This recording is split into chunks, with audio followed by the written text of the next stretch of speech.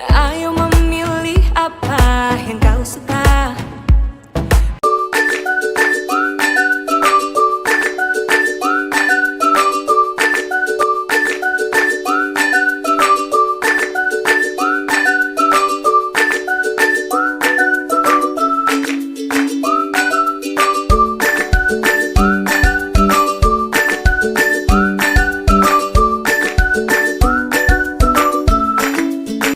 Assalamualaikum warahmatullahi wabarakatuh. Perkenalkan, nama saya Safrialdi SPDGR. Saya adalah calon guru penggerak Angkatan 11 Kota Padang dari SMP Negeri 28 Padang. Saya akan melaksanakan diseminasi aksi nyata modul 1.4 budaya positif. Selamat menyaksikan.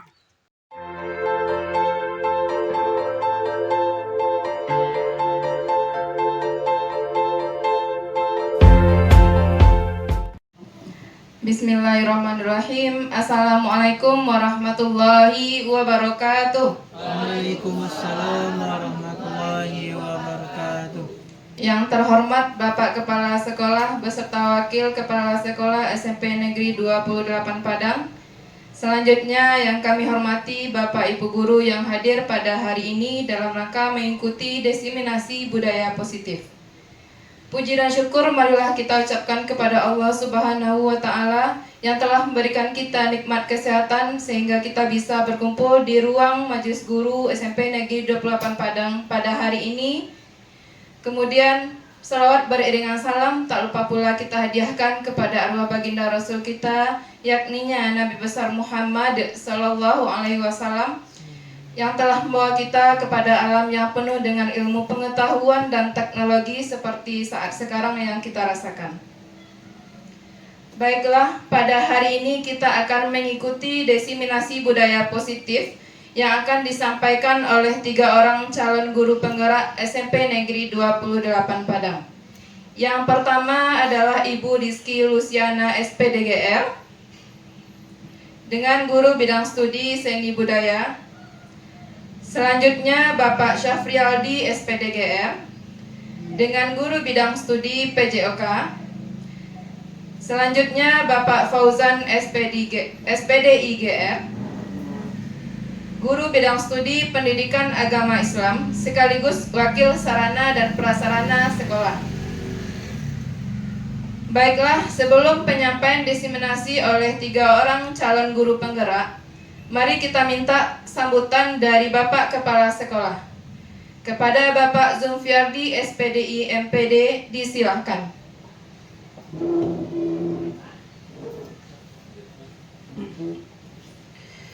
Baik, bismillahirrahmanirrahim. Assalamualaikum warahmatullahi wabarakatuh. Waalaikumsalam warahmatullahi wabarakatuh. Innal hamdalillah nahmaduhu wa nasta'inu wa nastaghfiruh. Asyhadu an la ilaha illallah wa asyhadu anna Muhammadan abduhu wa rasuluh sallallahu alaihi wasallam la nabiyya ba'da. Bapak dan Ibu guru yang kami hormati, pertama kita bersyukur kepada Allah Subhanahu wa taala.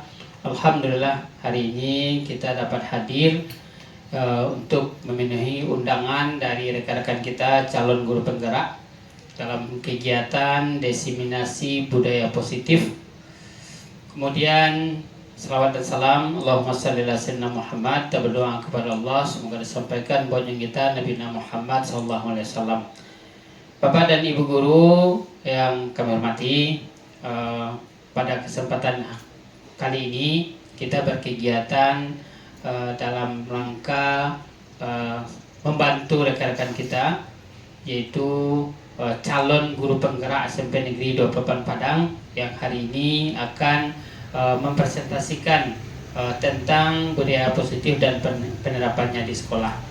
Jadi pertama saya selaku kepala sekolah menyampaikan selamat dulu pada Ibu Lucy, Pak Safrialdi, Pak Fauzan yang sudah sampai pada tahapan ini dalam proses pendidikan calon guru penggerak. Mudah-mudahan proses ini membawa manfaat pertama untuk Bapak dan Ibu calon guru penggerak dan juga tentunya akan membawa dampak positif untuk SMP Negeri 28 Padang. Bapak dan Ibu guru semuanya, saya minta mari kita ikuti kegiatan ini, bahwa nanti salah satu materi yang diberikan adalah tentang budaya positif. Dengan sosialisasi ini, dengan adanya diseminasi ini, Bapak dan Ibu tentu juga dapat memahami apa itu budaya positif, bagaimana penerapannya nanti di sekolah kita. Tentu kita harapkan dengan proses yang hari ini kita dapat lebih memiliki pengetahuan dan kemampuan untuk menerapkan budaya positif tersebut. Hal ini tentu walaupun pada hari ini tidak semua guru bisa kita hadirkan untuk kegiatan ini, tapi setidaknya Bapak dan Ibu adalah mewakili rekan-rekan guru yang lain. Mudah-mudahan dari CGP diimbaskan kepada kita yang hadir hari ini, dan kita yang hadir juga nanti juga bisa mensosialisasikannya kepada rekan-rekan kita yang lain. Mudah-mudahan kegiatan ini berjalan dengan lancar.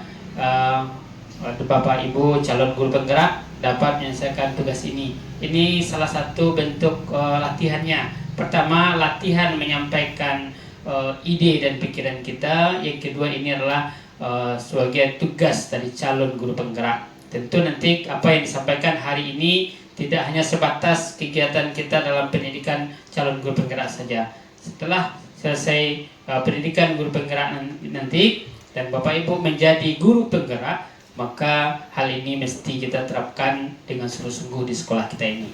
Mudah-mudahan kegiatan kita ini berjalan dengan lancar. Bapak Ibu sukses mengikuti pendidikan guru penggerak ini. Pada Bapak Ibu yang hadir, terima kasih atas kehadirannya. Mari kita ikuti kegiatan ini dengan sebaik-baiknya. Demikian dari saya sebagai kesambutan. Selanjutnya kita akan mengikuti presentasi diseminasi budaya positif dari 3 calon guru penggerak SMP Negeri 2 Padang. Berbanyak maaf. Billahi taufiq wal hidayah. Assalamualaikum warahmatullahi wabarakatuh.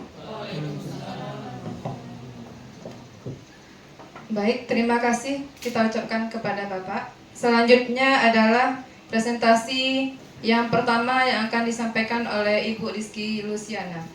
Kepada Ibu dipersilahkan.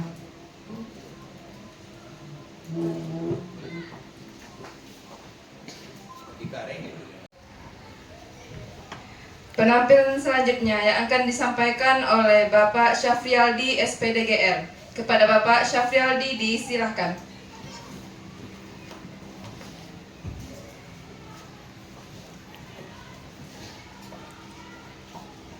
Tes. Bismillahirrahmanirrahim. Assalamualaikum warahmatullahi wabarakatuh. Waalaikumsalam warahmatullahi wabarakatuh. Alhamdulillahirabbil alamin, wassalatu wassalamu ala asyrafil anbiya'i wal mursalin wa ala alihi wa sahbihi ajma'in. Pertama, puji dan syukur kita ucapkan kepada Allah Subhanahu wa taala. Alhamdulillah, di siang yang berbahagia ini kita dapat berkumpul di ruang Majelis Guru SMP Negeri 28 Padang dalam rangka salah satu tugas dari kami calon guru penggerak angkatan 11 Kota Padang, yaitu tentang diseminasi aksi nyata modul 1.4. Kemudian salawat dan salam kita hadiahkan kepada Nabi besar kita, yakni Nabi Muhammad sallallahu alaihi wasallam dengan lafaz Allahumma salli ala Muhammad wa ala ali Muhammad. Yang sama-sama kita hormati Bapak Kepala Sekolah beserta wakil, kemudian Bapak dan Ibu hadirin wal hadirat rahimakumullah. Mudah-mudahan siang hari ini apa yang kita laksanakan mudah-mudahan dinilai ibadah oleh Allah Subhanahu wa taala. Amin ya rabbal alamin. Bapak dan Ibu yang saya hormati, judul kita ini diseminasi pemahaman dan penerapan budaya positif di sekolah. Mungkin Bapak dan Ibu tidak asing lagi dengan saya di sekolah ini. Ya, CGP Angkatan 11 Kota Padang. Bapak dan Ibu yang saya hormati, aksi nyata modul 1.4 ini. Bapak dan Ibu yang kami hormati, perjalanan kami calon guru penggerak angkatan 11 ini sudah melewati dari 3 modul dan ini modul keempat. Jadi modul 1.1, 1.2, 1.3 dan terakhir 1.4. Oke, quotes pembuka. Masa lalu adalah sejarah. Ada bapak dan ibu ini guru sejarah. Jadi masa lalu itu nggak bisa kita hilangkan. Ya nak Kak Lucy? Kan itulah. Hari ini adalah goresan, hari esok adalah harapan. Mungkin kita semua ada harapan yang belum tercapai, ada keinginan yang akan digapai. Mudah-mudahan nanti apa yang kita cita-citakan bisa tercapai. Hadapi semua dengan senyuman. Yuk tersenyum dulu. Yang senyumnya tidak ikhlas berarti beban hidupnya sangat besar. Tapi kalau dilihat tadi, nampaknya senyumnya sumringah karena sudah dapat jus. Oke, Bapak dan Ibu.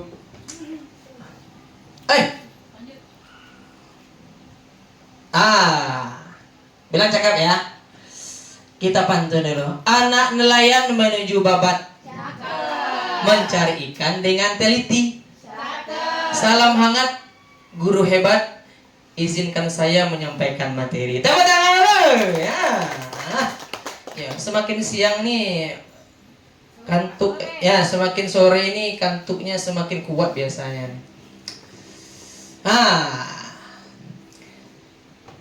Siang hari makan nasi ditutup dengan makan semangka.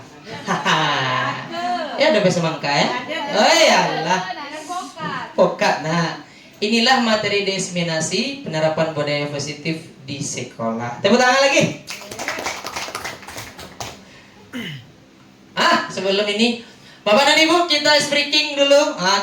Saya ingin melihat kira-kira di antara Bapak dan Ibu yang hadir siapa yang paling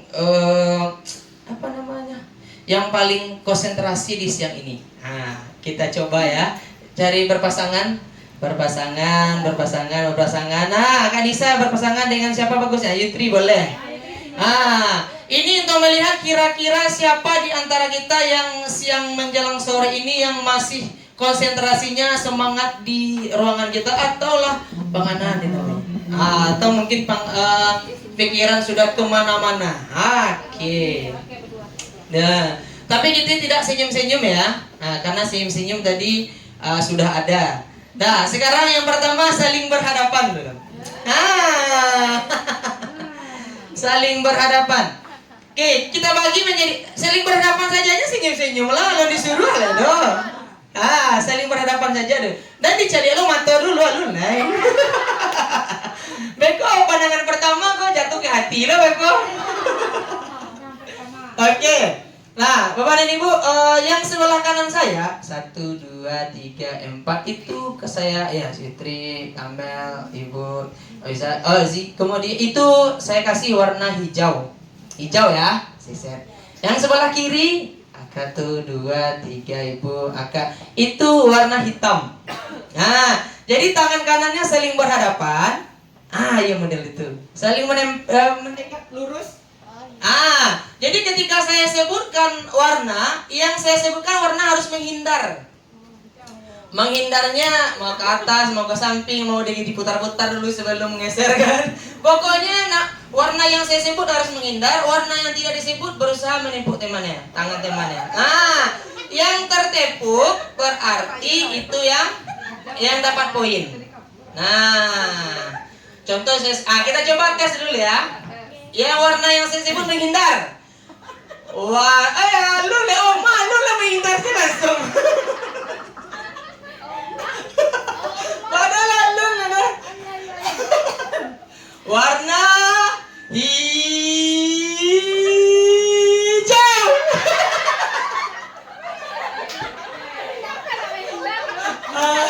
Hijau menghindar, kalau menghindar sih satu yo. Ada lu mau nakol kedua yo. Itu uji coba aja dulu tuh. Itu gue 3 ya. Jadi jales ya nan paling konsentrasi antara awak je lawan ya. Kau mulai serius lagi ulang lihat. Itu uji coba lu hitung lah dong. Nah, oke. Baik, kita mulai ya. Warna hijau.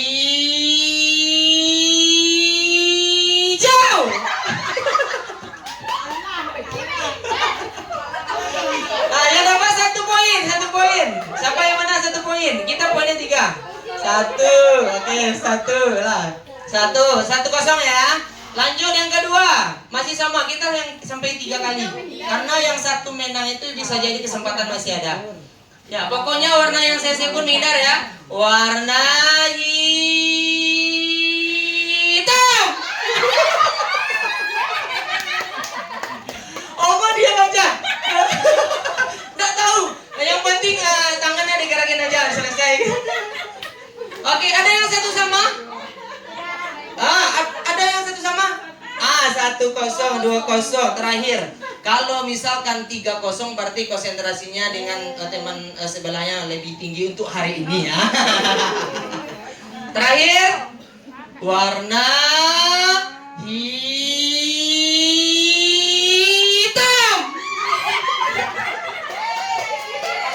3-0. Luar biasa semangatnya. Ada yang 3-0 ya? 3-0. Ibu berapa, Bu? 2-0. 3-0. Dan Akamal dengan 1 sama. Dia permainan 3, berarti lupa 1. Oh, sama-sama minder, sama-sama dapat poin ya. Oke, tepuk tangan untuk kita semua. Aduh. Kita mulai Bapak dan Ibu. Ini ada sebuah ilustrasi gambar supaya adil kita semua. Ini guru. Ini anggap guru atau ini kita anggap sebagai, kalau kita lihat ilustrasi ini ada seseorang, dia menyampaikan instruksi kepada binatang. Binatangnya ada berapa macam tuh? 1, 2, 3, 4, 5 ya. Instruksinya adalah supaya adil kita semua akan mengikuti ujian yang sama ya. Ambil buah di atas pohon itu, tetapi harus dengan cara memanjat pohon.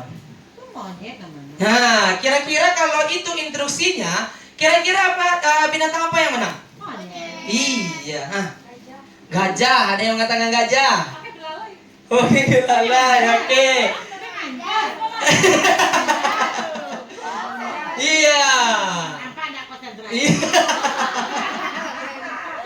Iya. Iya, berarti sepakat kita semua. Sepakat ya. Sepakat bahwa kalau instruksinya sama, maka yang akan menang adalah monyet. Kemudian pertanyaan kedua kira-kira Bapak dan Ibu. Kita anggap ini orang yang di kebun ini anggap saja ini petugas kebun binatang. Ini kita ibaratkan sebagai guru. Kita rubah posisinya. Ini ada seorang guru mengatakan kepada siswanya, anak-anak ibu, anak-anak bapak semuanya, ini ada soal. Anak-anak bapak, anak-anak ibu semuanya silahkan jawab soal ini dan harus dapat 100. Kira-kira pertanyaannya itu, ada enggak di antara anak kita itu ada yang dapat 100, ada yang tidak? Ada. Kira-kira tadi misalkan ada soal, kira-kira kita tanya kepada anak-anak bapak semuanya, kalian semuanya harus dapat 100. Nah, kira-kira di antara anak tadi ada yang dapat 100, ada yang tidak. Kenapa ilustrasi ini? Ini menggambarkan bahwasanya masih banyak saat sekarang ini guru menuntut murid. Guru menuntut murid harus seperti ini sesuai dengan keinginan gurunya. Sama dengan ini. Anak-anak kita semuanya memiliki kemampuan yang berbeda-beda dan memiliki keahlian yang beda-beda dan memiliki kesukaan yang beda-beda. Kalau ini kita terapkan, lah pasti yang monyet. Yang ini bagaimana? Apakah yang berempat ini kita abaikan? Tidak. Begitu juga anak-anak kita. Ada anak-anak kita yang materi yang kita ajarkan sangat bagus sekali. Misalkan saya guru PJOK. Ketika materi silat, anak-anak yang sering juara silat itu dia paham sekali. Apakah saya abaikan murid yang tidak mengerti tentang silat? Tentu tidak. Makanya pola pikir yang seperti ini, menganggap anak kita itu sama, itu hal yang harus kita rubah. Tugas kita sebagai guru mengarahkan, menuntun kemana anak-anak kita itu yang diinginkannya. Karena anak-anak kita seperti konsep Ki Hajar Dewantara itu, kita sebagai guru hanya menuntun apa yang ada pada diri anak. Tapi kalau kita langsung masih tetap kamu harus seperti ini, harus seperti ini, berarti kita masih belum konsep Ki Hajar Dewantara mengenai kurikulum merdeka. Oke. Bapak dan Ibu yang saya hormati, kita lanjut. Ini yang akan disampaikan, konsep inti budaya positif. Ini konsep inti budaya positif ini semuanya ada di modul 1.4. Jadi di calon guru penggerak itu kami sekarang sudah masuk modul 2.1. Kalau tidak salah, modul guru penggerak itu ada 10. Ya, nak, kalau sih ada 10 dan sekarang kami masuk modul kelima. Dan modul ke 1.4 itu budaya positif itu adalah yang paling banyak materinya. Ini semuanya. Paradigma perubahan belajar, disiplin positif, nilai kebajikan, kebutuhan dasar manusia, motivasi perilaku dan manusia, motivasi perilaku manusia, posisi kontrol guru, keyakinan kelas, segitiga restitusi.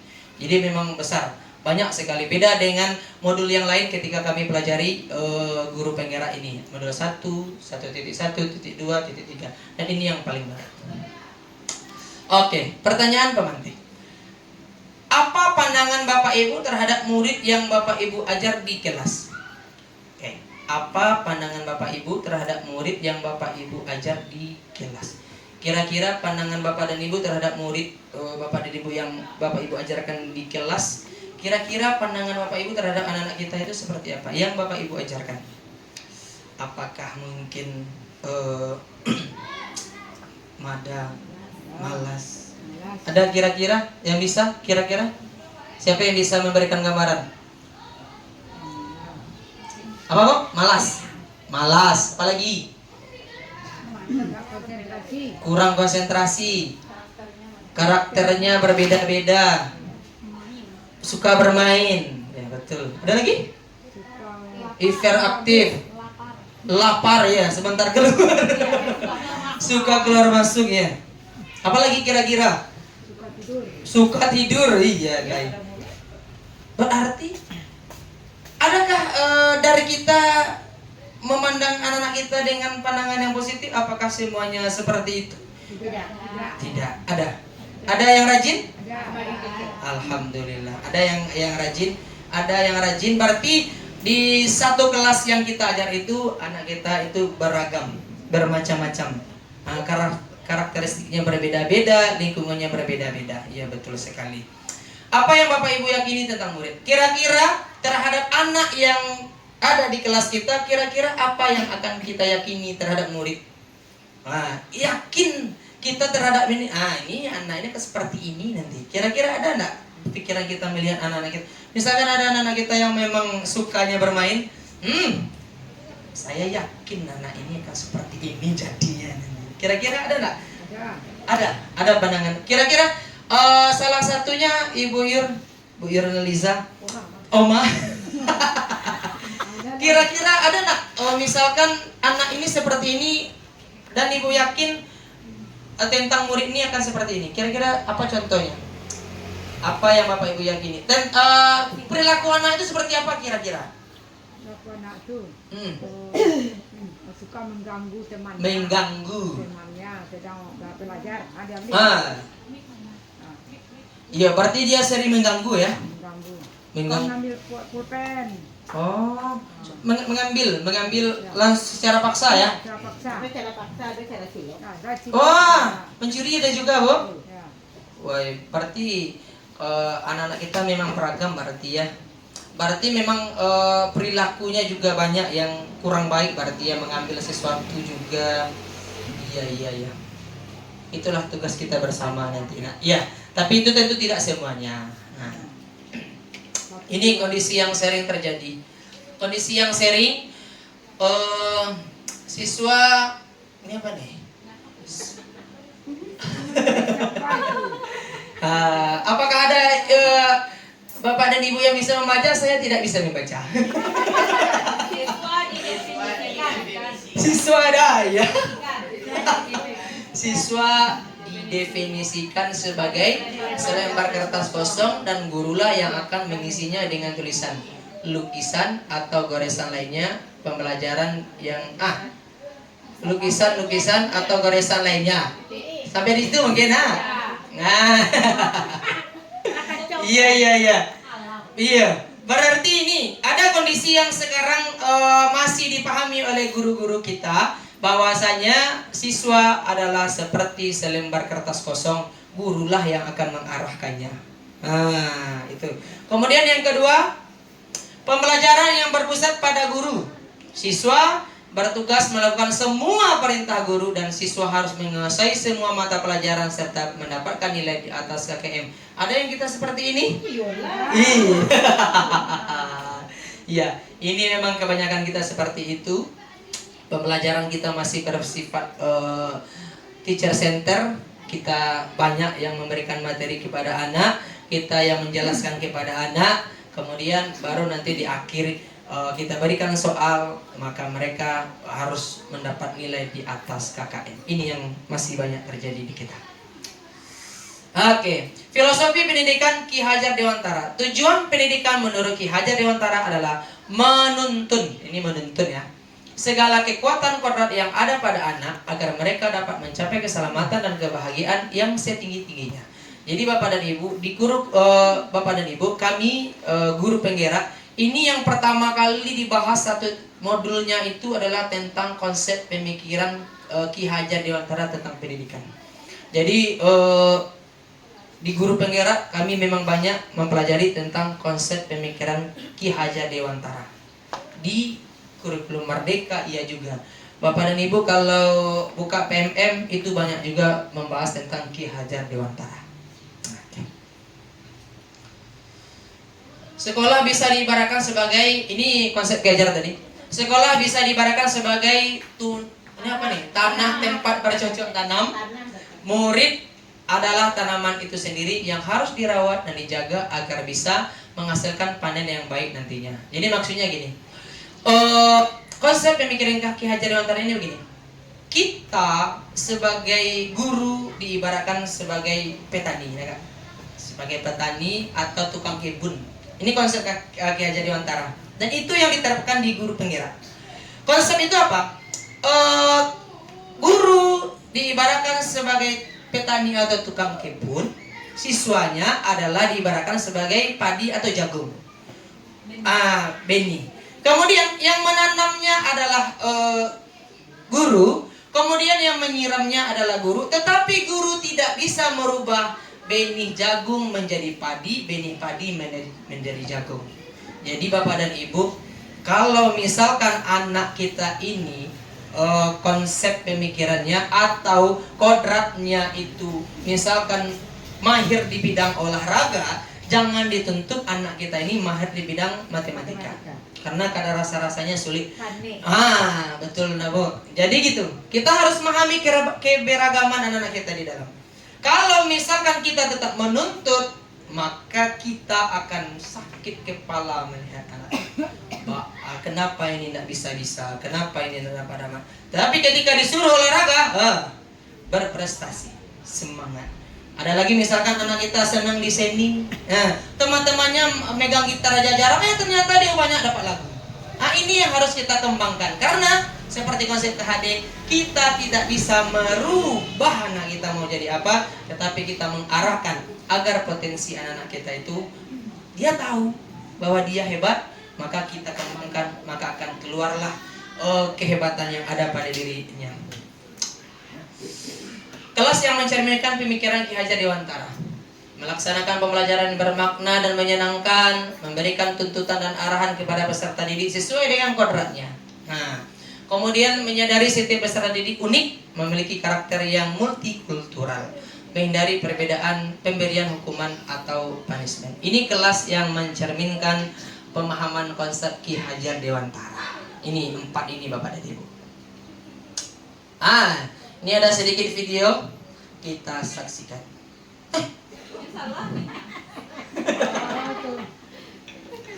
Astagfirullah. Kurang konsentrasi. Kalau minum dia kori.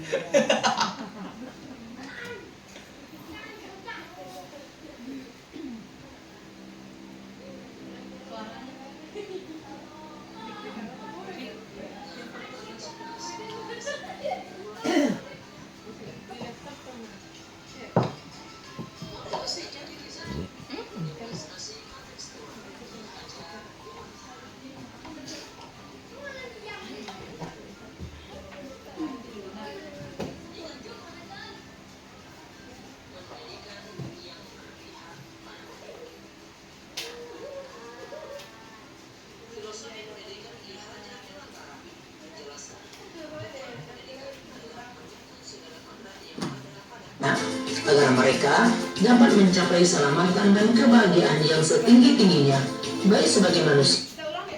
Ulang lagi. Kita pakai di slide-nya. Perkenalkan, nama saya Syafrialdi, SPDGR, calon guru penggerak angkatan 11 dari SMP Negeri 28 Padang. Modul 1.1, demonstrasi kontekstual Ki Hajar Dewantara.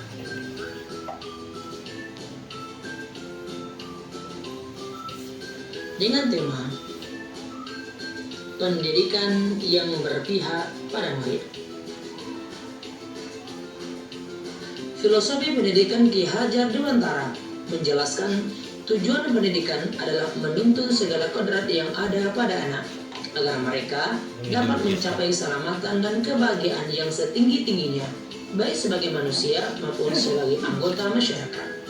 Konsep pendidikan menurut Ki Hajar Dewantara adalah pendidikan yang holistik, di mana murid atau peserta didik dibentuk menjadi insan yang berkembang secara utuh, meliputi olah rasio, olah rasa, olah jiwa, dan olahraga melalui proses pembelajaran dan lainnya yang berpusat pada murid dan dilaksanakan dalam suasana penuh.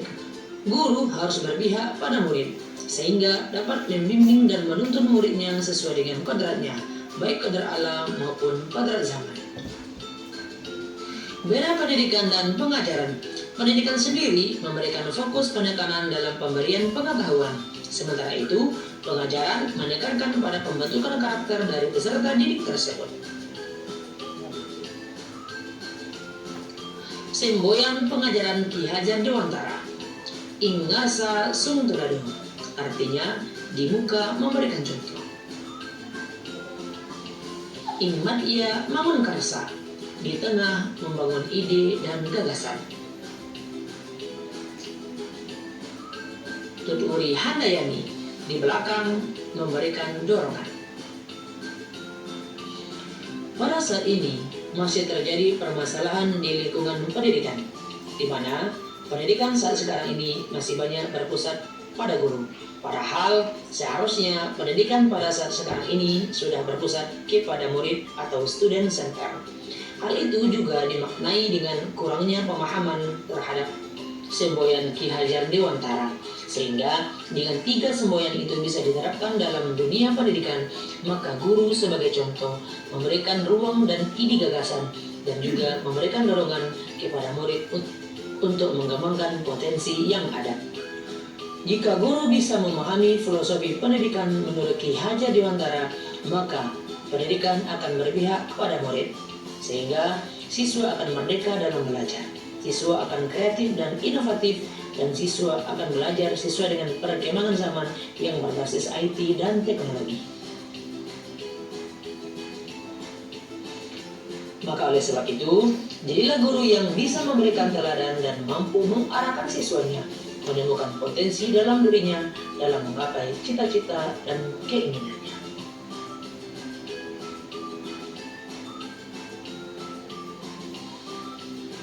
Sekian dan terima kasih. Assalamualaikum warahmatullahi wabarakatuh.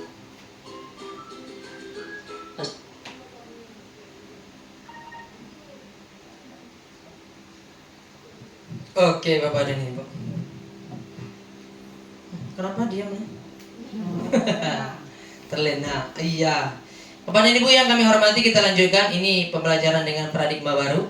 Pembelajaran dengan paradigma baru dirancang berdasarkan prinsip pembelajaran berdiferensiasi sehingga setiap siswa belajar sesuai dengan kebutuhan. dari tahap perkembangannya untuk mewujudkan profil pelajar Pancasila. Jadi maksudnya pembelajaran paradigma baru, kita harus memperbaharui keilmuan kita harus memperbaharui pemahaman kita kepada siswa-siswa kita, bahwa siswa kita adalah unik, siswa kita berbeda, dan kita adalah menuntun apa yang ada pada diri anak kita.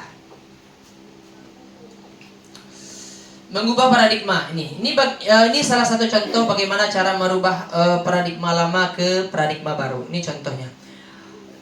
Ini yang lama misalkan. Kebutuhan kita sama, harusnya kebutuhan kita berbeda-beda. Nah, maksudnya juga seperti itu. Kebutuhan anak itu sama, itu dulu. Sekarang kebutuhan anak itu berbeda-beda.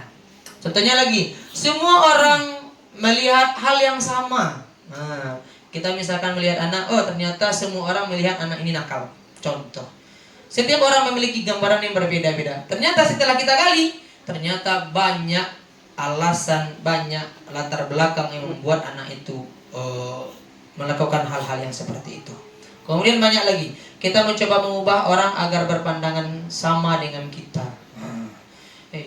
Bagus, anak itu memang seperti itu tuh. Seharusnya kita berusaha memahami pandangan orang lain tentang dunia. Itu beberapa pertanyaan-pertanyaan, stimulus-stimulus tentang paradigma lama dan paradigma baru ini seperti ini. Kita lanjut. Lanjut disiplin positif.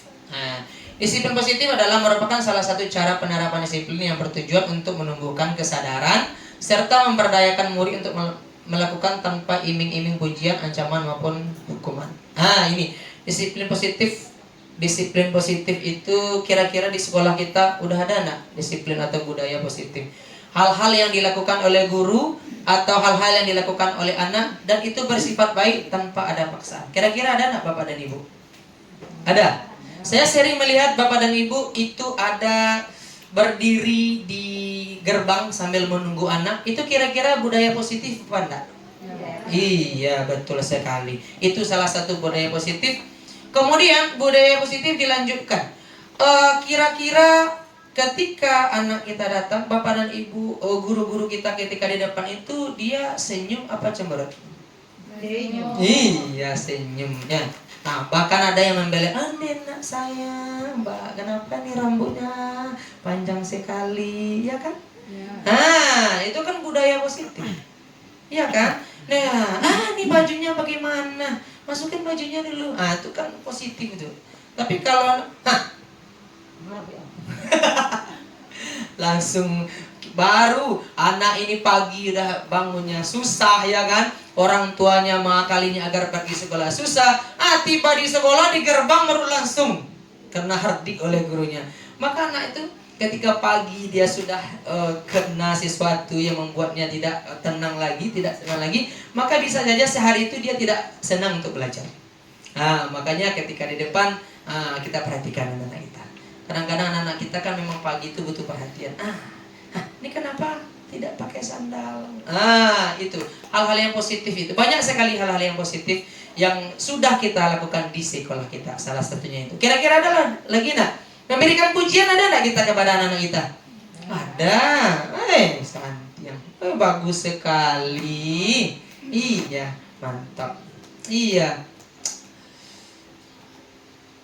Disiplin positif merupakan cara penerapan disiplin yang mengajarkan anak bertanggung jawab dan menumbuhkan kesadaran diri. Berdasarkan nilai kebajikan disiplin positif lebih ke arah disiplin diri yang dapat mengontrol diri dalam melakukan segala tindakan disiplin positif. Disiplin positif dapat membuat murid memahami dan menyadari berdasarkan motivasi internal, bukan akibat paksaan, pujian, atau hukuman. Jadi maksudnya ketika anak melakukan sesuatu hal yang baik tanpa ada paksaan, maka penerapan budaya positif, disiplin positif ini berarti sudah oke di sekolah kita. Contohnya apa? Lingkungan kita adalah sekolah kita berbasis lingkungan. Ketika ada anak kita yang mengambil sampah tanpa kita suruh, berarti kita sudah berhasil menerapkan disiplin positif. Tapi kalau masih pagi, siapa piket? Siapa yang piket? Mana? Ternyata belum piket pagi itu. Berarti belum kita menerapkan disiplin positif yang sepenuhnya atau yang dilakukan oleh anak. Berarti perlu kerja keras kita. Kalau anak-anak kita pagi masuk, anak-anak kita sudah selesai, piketnya udah bersih, lingkungannya, maka anak-anak kita sudah menanamkan ke dirinya bahwa itu benar, maka dia akan lakukan. Nah, ini apa nih? Jangan-jangan ini video lagi nih, berbahaya nih. Kita lanjut aja lah. Waktu kita tinggal sedikit lagi. Ini nanti ada juga di belakang. Ini kebutuhan dasar manusia. Tadi disiplin positif, ini kebutuhan dasar. Kebutuhan dasar manusia adalah segala sesuatu yang kita lakukan untuk mendapatkan yang kita inginkan. Nah, itu kata kuncinya itu kebutuhan dasar. Sesuatu yang kita lakukan untuk mendapatkan yang kita inginkan. Seluruh tindakan yang kita lakukan merupakan tujuan tertentu dan semua usaha terbaik yang kita lakukan adalah dalam rangka agar kebutuhan dasar kita terpenuhi dengan baik. Kira-kira apa kebutuhan dasar kita? Kebutuhan dasar manusia ini ada 5. Bertahan hidup. Bertahan hidup apa contohnya? Makanan. Ya, rumah, tempat tinggal, ini untuk bertahan hidup kita ini. Ini kebutuhan dasar kita semua. Bukan kita saja, anak kita juga. Ini kasih sayang dan rasa diterima. Ya kan? Kasih sayang dan rasa diterima. Rasa diterima, dipedulikan. Ini anak-anak kita mungkin banyak yang kurang kasih sayang. Saya kemarin Bapak dan Ibu memanggil anak-anak saya di kelas saya, karena lebih kurang ada 4 orang yang cukup bermasalah. Saya panggil, ternyata dari yang beberapa yang saya panggil itu ternyata singkat cerita ayah dan ibunya pisah. Dia tinggal ada yang dengan neneknya, ada yang numpang dengan keluarga lain, ayah dan ibunya dia entah kemana, ada menikah lagi dan sebagainya. Jadi memang itulah kondisi anak-anak kita saat sekarang ini. Saya sudah panggil itu. Saya juga pernah pergi ke rumah terhadap anak-anak saya ini. Saya pergi ke rumah. Ternyata di rumah orang tuanya lengkap, tapi orang tuanya udah menyerah. Menyerah. Tidak tahu lagi Pak, mau gimana lagi Pak? Kok semua kalimat udah saya keluarkan Pak?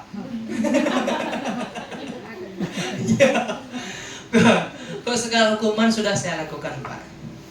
Tapi itulah Pak. Nanti Bapak panggil saya ke sekolah. Saya udah tahu perangai anak saya Pak. Jadi itulah. Makanya kita kembali ke konsep awal Bapak dan Ibu. Kita menuntun.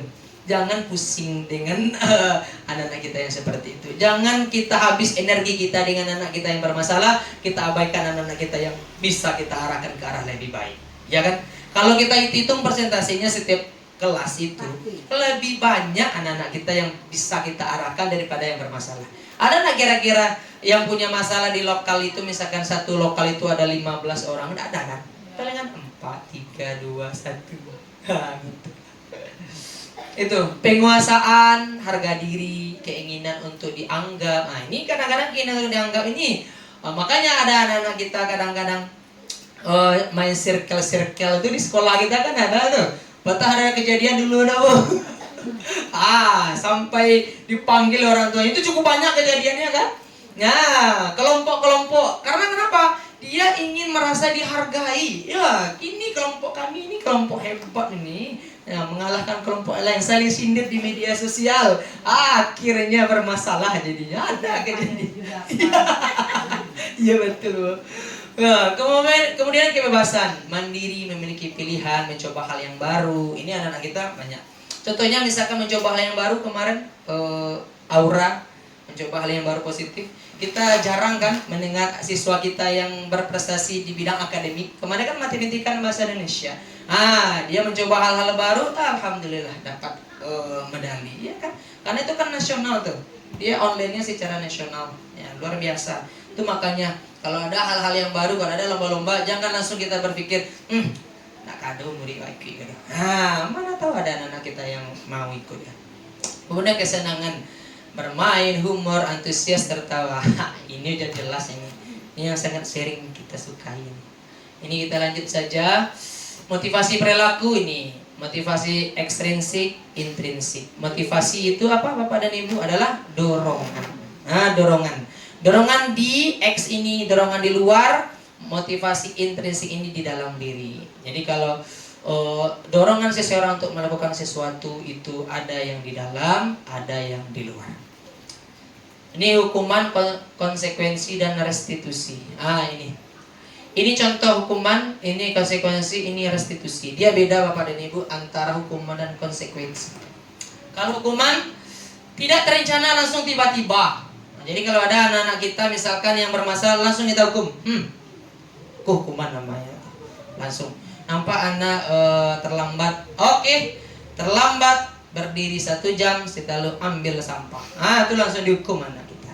Ada yang tidak pakai peci, pakai topi, berdiri. Itu hukumannya. Konsekuensi terencana yang sudah disepakati. Misalkan aturan di sekolah kita, misalkan rambut anak misalkan 3, 2, 1. Enggak, Pak Wil. Di atas 3, di samping 2, di bawah 1. Ternyata ada anak kita panjang, kita potong, itu sesuai dengan aturan. Kalau sudah ada aturan, itu namanya konsekuensi. Tetapi kalau secara tiba-tiba, itu hukuman. Kemudian yang ketiga, restitusi, proses penciptaan kendali bagi murid untuk memperbaiki kesalahan. Ini restitusi ini kita bahas di ujung nanti. Jadi restitusi ini semuanya dari anak, kita gali anak, masalah dari anak, akhirnya nanti solusi dari anak sendiri. Ini restitusi. Kalau konsekuensi ini kan kita langsung hukum aja. Oh, salah. Hukum dia juga. Ini juga iya. Ini nanti sampai ke pemecahan masalah dan timbulnya dari anak. Misalkan dia rambut panjang, apa solusinya? Apa yang harus dilakukan nanti kalau memang rambut panjang? Itu nanti direstitusi. 5 posisi kontrol. Ini penghukum, pembuat rasa bersalah, teman, pemantau, manajer. Ini posisi kontrol kita sebagai guru terhadap anak. Ini contohnya. Siswa tidak melakukan piket di kelas. Penerapan posisi kontrolnya ini ada. Ada tipe orang penghukum. Ada tipe guru penghukum seperti ini ya. Patuhi aturan yang ada di sekolah. Kalian yang piket hari ini silakan membersihkan seluruh sekolah, mulai dari halaman depan sampai ke belakang. Sekolah semua harus bersih. Langsung dihukum. Tapi kalau ada guru seperti teman, bangga seperti teman, ayolah yang disiplin dan buat ibu bangga. Ayolah, piketlah, gitulah kira-kira seperti itu. Tidak apa-apa kalian salah dan tidak piket kelas. Dan tidak piket anak jadi. Kali ini ya. Ini sebenarnya ada yang hilang nih, yang tersembunyi nih. Oh iya, ini banyak tergeser kelihatan. Kali ini ternyata di atas. Terima kasih Yutri. Kali ini tidak apa-apa kalian salah dan tidak piket kelas. Tetapi lain waktu harus piket tempat waktu. Itu udah hilang. Oke, posisi pemantau. Kalian sudah melanggar peraturan apa? Konsekuensinya apa? Ini pemantau ini mengingatkan kembali terhadap aturan yang ada di sekolah. Ini posisi pemantau guru. Posisi pemantau mengingatkan aturan-aturan yang ada. Misalkan anak membawa handphone. Kamu tahu aturan di sekolah kita? Boleh membawa HP? Tidak. Ini posisi pemantau kita. Kemudian membuat rasa bersalah. Berapa kali lagi ibu guru harus memberitahu kalian? Bu guru kecewa dengan sikap kalian. Apa tidak kasihan jika ibu tegur? Jadi memang ini kita memang harus kita buat ini kacau seperti ini.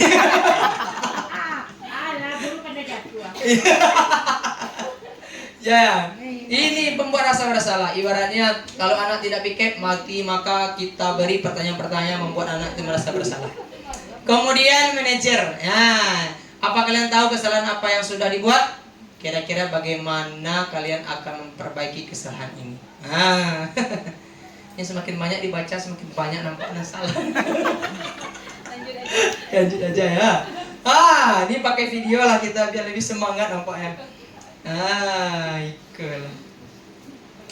Entahlah, tapi ba'alah.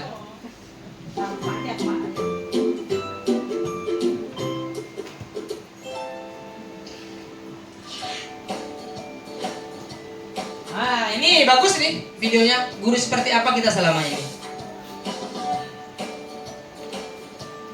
Halo, Bapak Ibu Guru calon guru penggerak. Video ini akan menampilkan 5 adegan interaksi guru dan murid. Silakan menonton dan merefleksikannya.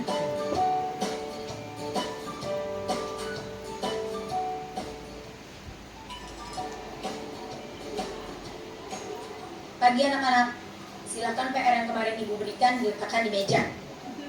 Anton, kamu sudah mengerjakan belum? Belum mengerjakan saya, Bu. Kamu selalu ya nggak ngerjain PR. Sekarang kamu duduk di depan, lalu tulis. Saya berjanji tidak akan mengulangi lagi. Saya berjanji akan berusaha menjadi murid yang rajin belajar sampai pelajaran saya selesai. Saya ngasih videonya. Lagi tekan ya. Terpencet pula. Ini di slide-nya. Bisa sih, tapi di luar seperti ini. Mana ya? Apa namanya tadi? Receipt dulu deh. Dalam itu aja. Ini ya. Ini gambaran kita ya. Jadi kita kira-kira bisa refleksi kira-kira kita ini guru seperti apa.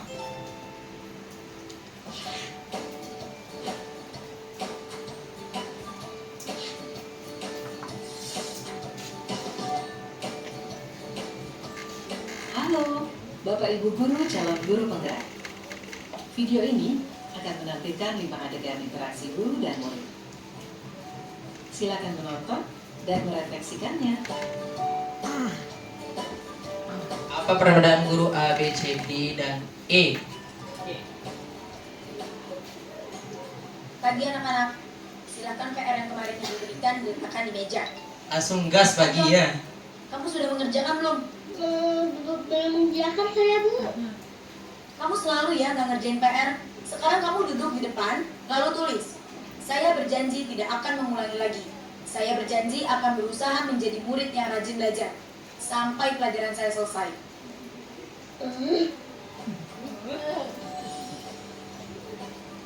Pagi ya. Itu yang A tadi ya. Ini B. Hari ini ada tugas ya. Ada yang belum mengerjakan? Anton, kamu sudah mengerjakan? Belum, Pak. Kamu nggak ngerjain tugas ya. Kamu mau jadi apa nanti? Kamu niat sekolah nggak sih? Coba bayangkan orang tuamu betapa kecewanya sama kamu. Kamu itu sudah kelas 5. Harusnya bertanggung jawab sama dirimu sendiri. Itu yang B, ini yang C. Maaf, Bu. Saya terlambat. Ya udah, nanti jangan diulangi lagi ya. Kalau kamu rajin, Ibu senang lihatnya.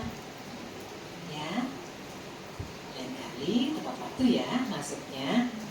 Tas dulu dong. Kita kan teman. Wah, jadi kok aku terlambat lagi? Apa ya?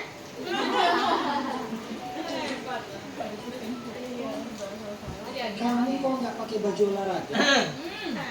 Bapak catat, kamu sudah 3 kali loh nggak ikut olahraga bulan ini. Iya, Pak.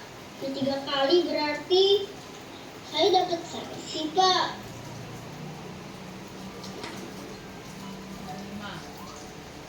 Ini, Bu. Saya mau ngumpulin tugas. Maaf ya, Bu. Saya terlambat ngumpulin tugas. Kenapa kamu terlambat mengumpulkan tugas? Iya, Bu. Saya kalau sore bantuin Ibu jaga warung. Gak sempat ngerjain tugas. Kira-kira nih, apa yang bisa kamu perbaiki supaya kamu bisa mengerjakan tugas tepat waktu? Coba, kapan biasanya kamu membantu ibu jualan? Jam 6 sampai jam 8 malam, Bu. Bagaimana kalau kamu membuat jadwal?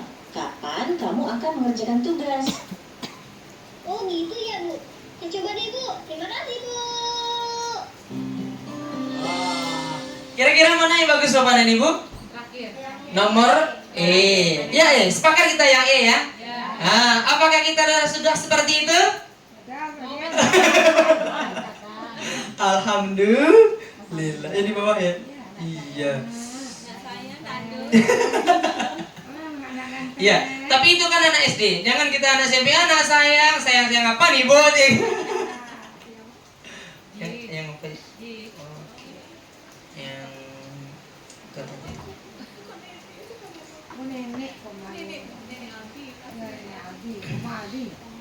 Oke, kita lanjut Bapak dan Ibu. Waktu kita tinggal sedikit. Ini lanjut keyakinan kelas. Mengapa keyakinan kelas mengapa keyakinan kelas bukan peraturan kelas?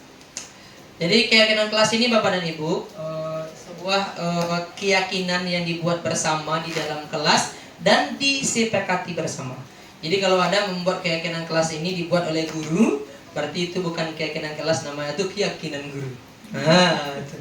Yang pertama bersifat abstrak, berupa pernyataan universal dibuat dalam pernyataan positif ini. Dibuat dalam pernyataan positif ini, contohnya keyakinan kelas ini Bapak dan Ibu. Kalau ada misalkan jangan membuang sampah pada tempatnya, kita ubah ke kalimat positif kira-kira apa? Nah, buanglah sampah pada tempatnya. Jadi memang semua kalau misalkan kita membuat keyakinan kelas bersama anak, kalau ada kalimat-kalimat negatif, jangan buang sampah sembarangan, maka diubah kalimat positif. Buanglah sampah pada tempatnya, ya. Misalkan lagi, tidak boleh datang terlambat.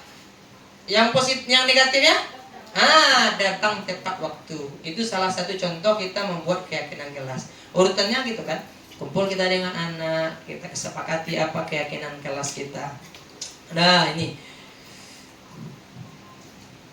Lanjut. Ini salah satu contoh. Ini ketika belajar PJOK. Saya buat keyakinan kelas dan juga saya juga membuat keyakinan kesepakatan. Nah, kesepakatan belajar PJOK saya juga buat.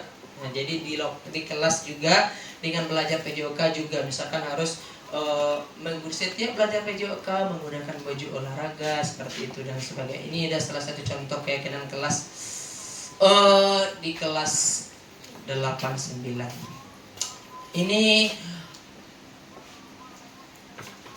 Ini ada video kegiatan. Ini berapa menit ya? Kita lanjut aja Bapak dan Ibu. Keyakinan kelas tadi udah ada contohnya bagaimana cara melakukannya. Kemudian ini terakhir segitiga restitusi. Restitusi adalah proses menciptakan kondisi bagi murid untuk memperbaiki kesalahan mereka. Nah, ini yang saya jelaskan di awal tadi Bapak dan Ibu.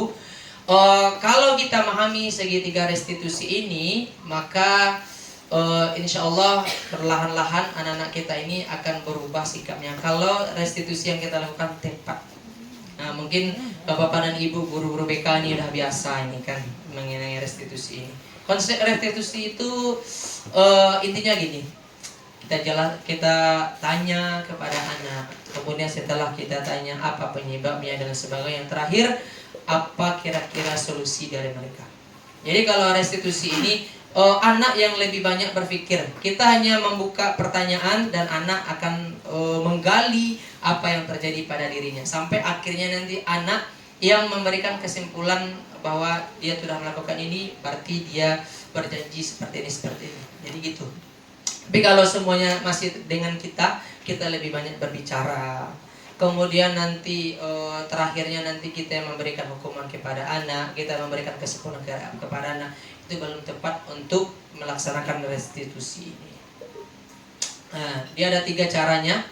Menstabilkan identitas berdasarkan prinsip membuat kesalahan adalah bagian dari proses pembelajaran.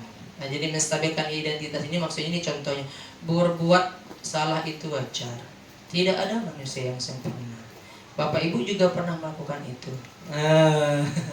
Ini menstabilkan identitas bahwa maksudnya gini. Apa yang dilakukan anak itu bisa kita perbaiki. Bisa kita perbaiki, melakukan kesalahan sekali, 2 kali. Tapi kalau kita arahkan, bisa nanti anak-anak kita berubah ke arah lebih baik. Jadi ini cara yang pertama menstabilkan identitas. Kemudian validasi tindakan yang salah. Kita jelaskan kepada anak bahwa apa yang dilakukannya itu adalah salah. Nah, itu memvalidasi tindakan yang salah. Kamu pasti punya alasan melakukan hal itu. Nah, kira-kira apa alasan kamu? Nah, ya kan? Jadi anak kan berpikir kan langsung kan? Nah, Padahal kamu bisa melakukan yang lebih. Padahal kamu bisa melakukan yang lebih buruk dari ini. Kamu patut bangga karena telah melindungi sesuatu yang penting buat kamu. Nah, jadi terakhir menanyakan keyakinan. Nah, kira-kira kalau dia melanggar aturan di sekolah, tanya, kira-kira apa keyakinan atau peraturan di sekolah yang kamu langgar? Kalau dia di dalam kelas, kira-kira apa keyakinan kelas yang kamu langgar? Jadi seperti itu. Makanya keyakinan kelas itu memang perlu kita buat. Ini salah satu contoh penerapan segitiga restitusi yang saya lakukan. Ini anak kita bernama Cherry. Ya, videonya ada. Tapi karena waktu kita sedang sedikit, ini saya jelaskan saja. Ini anak kita Cherry, Bapak dan Ibu. Cherry ini dia barcode. Tahu Bapak Ibu barcode? Menggores tangannya itu. Nah, dia barcode. Kemudian dia gores-gores tangannya, ternyata ada jejak. Kemudian ditanya, saya gali. Ternyata dia diajak oleh temannya. Kalau di videonya, nah, coba sedikit lah, nah, biar jelas. Ini si Cherry ini. Si model segitiga restitusi. Benar. Astagfirullah. Ini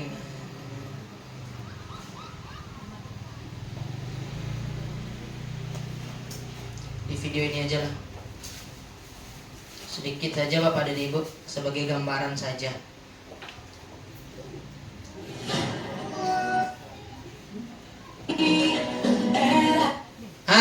Ini Bapak dan Ibu, dia berdua. Ternyata si Cherry itu melakukan barakor karena diajak oleh Zikra. Zikra juga melakukan barakor.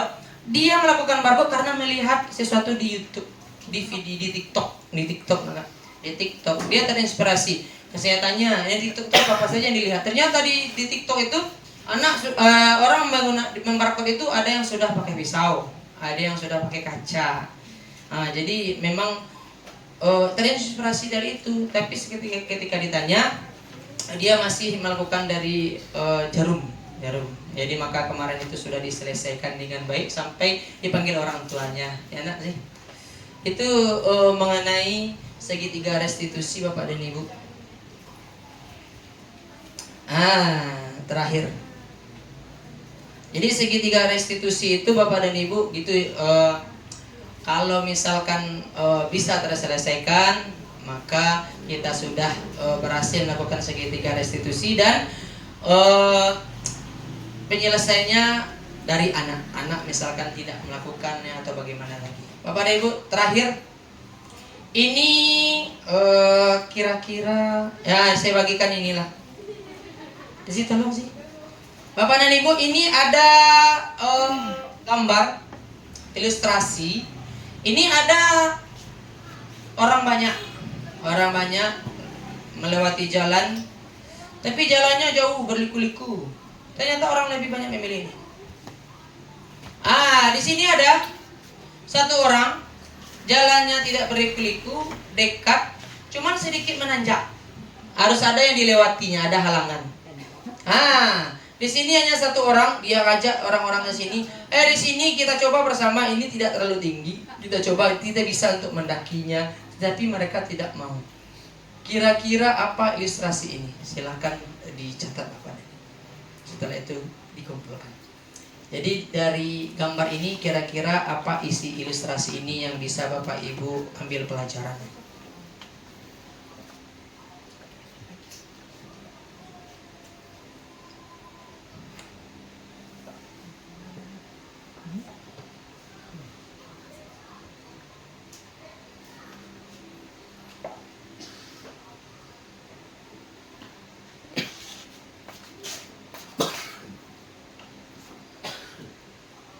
Silakan lihat gambarnya, kira-kira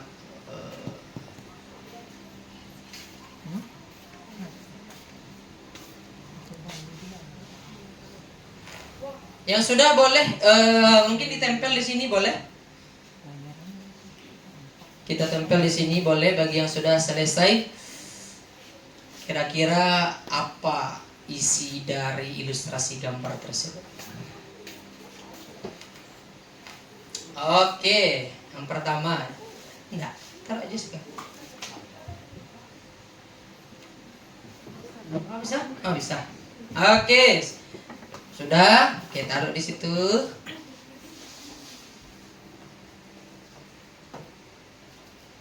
Lagi, oke. Bisa?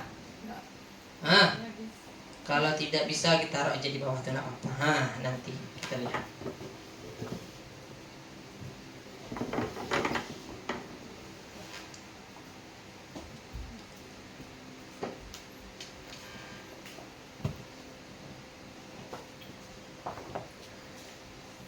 Yang sudah boleh kumpul ya. Boleh ditempel di sini.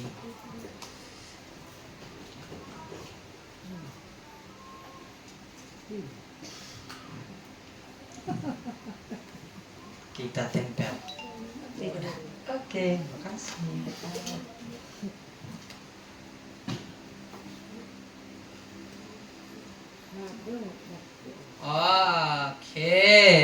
Oke. Bapak dan Ibu, sedikit kita random saja. Mungkin ini tidak ada namanya, kita tidak akan sebutkan namanya. Ini contohnya salah satu yang kita baca. Ilustrasi dari gambar adalah biasanya kita hanya melihat bahwa tidak ada rintangan di awal. Adalah pilihan yang tepat, padahal belum tentu seperti itu. Oke, tepuk tangan untuk ilustrasi. Oke, satu lagi, kira-kira untuk menggapai sesuatu tujuan besar kita harus berjuang terlebih dahulu. Oke, tepuk tangan lagi, keren. Satu lagi. Ini di bawah.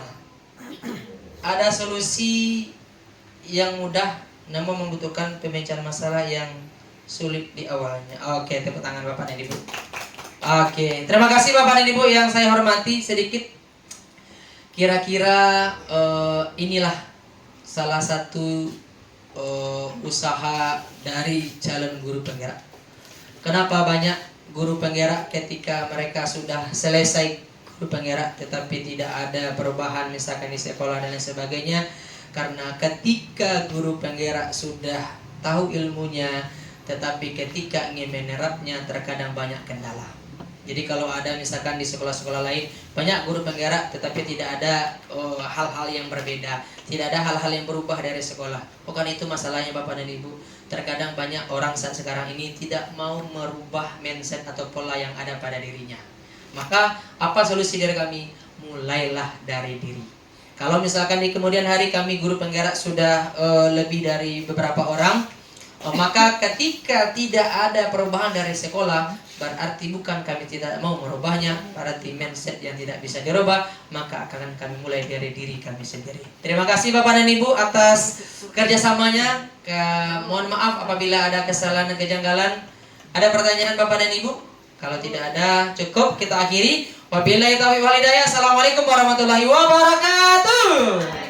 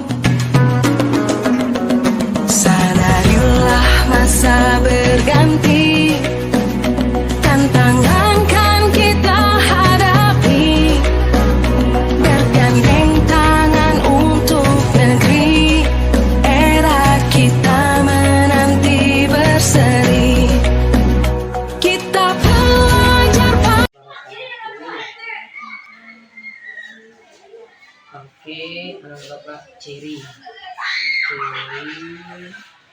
Kelas berapa, Cek? Kelas 7.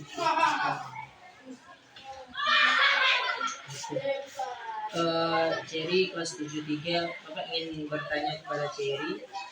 Tadi Bapak lewat, nampaknya Cherry sudah ada dengan beberapa orang temannya.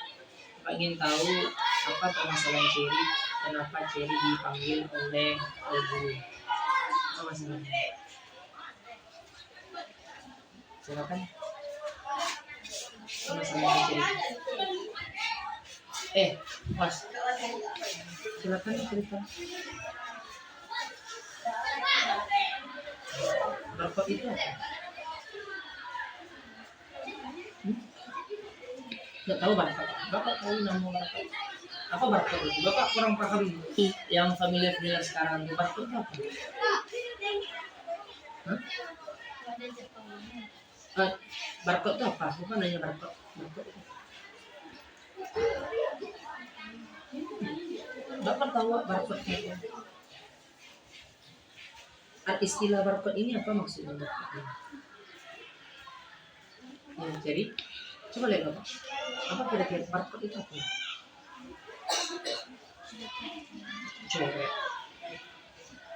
Coret tangan saja atau boleh bagian tubuh yang lain? Itu yang lain wajah. Memang khusus tangan. Tangan itu bagian yang mana? Coret-coret ini maksudnya dengan pena atau gimana? Dengan jarum pena.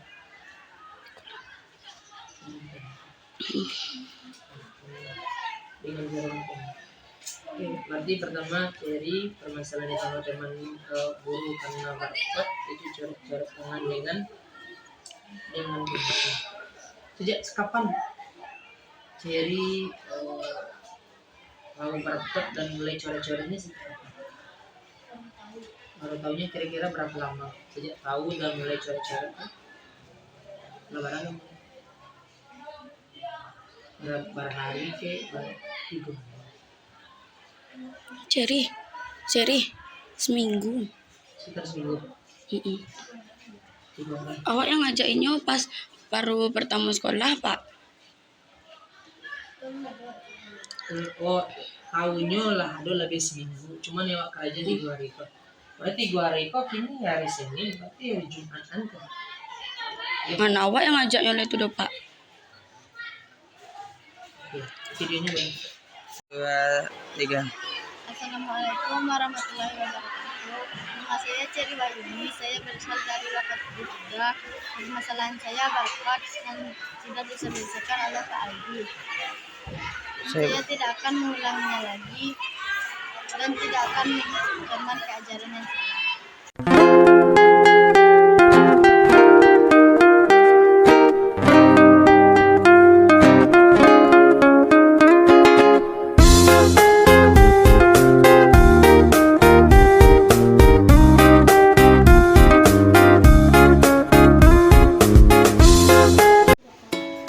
Itulah penampilan presentasi dari ketiga calon guru penggerak SMP Negeri 28 Padang. Dengan berakhirnya presentasi dari Bapak Fauzan tadi, maka acara kita pada hari ini juga selesai. Terima kasih atas perhatiannya dan mohon maaf atas kesalahannya. Assalamualaikum warahmatullahi wabarakatuh. Waalaikumsalam warahmatullahi wabarakatuh.